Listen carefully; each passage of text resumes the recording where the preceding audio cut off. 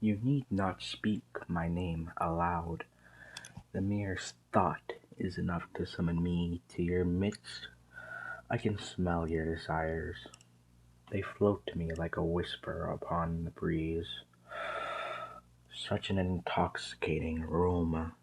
I simply couldn't resist heeding your call. Despite the fact that you are unable to sense my presence, I am always near, listening and watching, waiting for the opportunity to corrupt and deceive with pretty lies and false promises.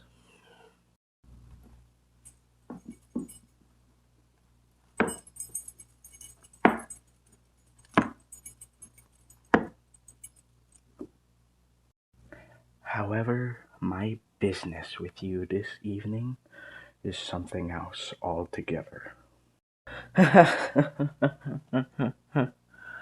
Is my physical form not to your liking? I used your thoughts and preferences as inspiration for my appearance.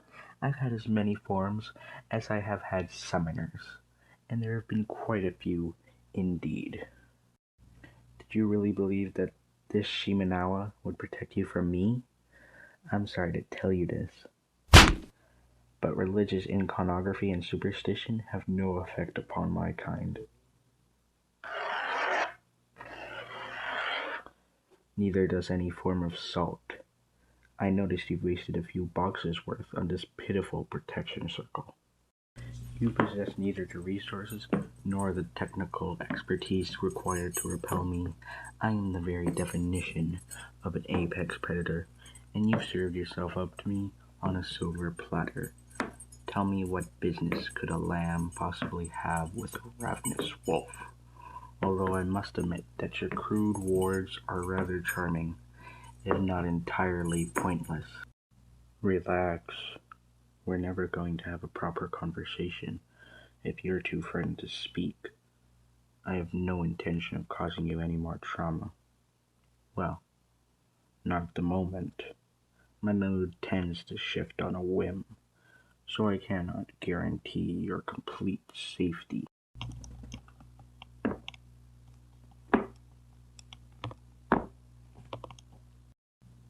What was that, my little lamb? You'll have to speak up a bit. Hmm. The easiest way for you to conceptualize my being is as a demon, although in reality, my true nature is something quite different. I've been called a variety of names over the years. There's almost too many to count. Your species has yet to even fathom the existence of those of my kind, so demon will suffice for our purposes. It has a nice ring to it. Enough with the preamble. I'm aware of your intentions for summoning me. If you wish to make a deal with me, there are a few conditions which I am obliged to explain before we proceed. You are aware that you will be required to forfeit your soul in exchange for your earthly desires, correct? Are you familiar with the stipulations involved in parting with your soul? I cannot divulge the secrets of the cosmos to a human, so suffice to say that there is no such thing as an afterlife, merely an altered state of existence as a form of energy. However, if we proceed with our exchange, I will consume this energy when you pass on, and you will never learn what lies beyond the veil of this life. Also, know that the one gift I cannot bestow is true immortality, as it defies the natural laws of the universe. I can extend your lifespan, but the maximum limit is around 3,000 years. Well, it's true that I am similar to your conceptualization of a demon. However, there are many aspects of this existence which humans simply have yet to reveal. I'm not obligated to, but should you wish for the knowledge, then I would be forced to share it with you. However, I'm already intimately acquainted with all of your secret needs and wanton desires, and I know that the wish for such knowledge is not counted among them. With these conditions in mind, are you still prepared to forge a contract with me this evening? Very well. In that case, I decline. Our contract is still null and void. Be that as it may, this is a seller's market, and the proprietor is allowed to deny services for any reason or whim. My purpose for nullifying the proposal is due to an imbalance in the exchange. I hope you'll excuse me for saying this, but your wish is quite frivolous. You already have all the tools required to live a fulfilling life. I may be a demon, but I do have scruples. I wish to see those whom I favor use their wishes for their own selfish purposes. It adds much more flavor to the soul. You may think you need all of these extra things in order to be happy. However, I've made the same deal countless times before, and I can attest that such wishes never benefit those who make them. Quite the opposite, in fact. Once they realize that they cannot obtain true happiness through supernatural means, most tend to fall into a cycle of misery and regret, exactly as I intended. I don't smell any interesting spices on your soul: envy, hatred, greed. These are all quite tasty to the choosy connoisseur, such as myself. But I can only sense loneliness within you, and a desire to be accepted. To be honest, my dear, that really isn't really my cup of tea. I prefer those who are easily vulnerable to corruption and vice. In a way, I'm sort of jealous of your moral perspective. It gives meaning and value to everything you do during your life. The longer you live, the less intrinsic value living has to offer. I'm sure you're aware of the moniker "been there, done that." I've existed for quite a while now, and I have to admit, life has grown quite boring. The more opportunity you have, the less unique it becomes.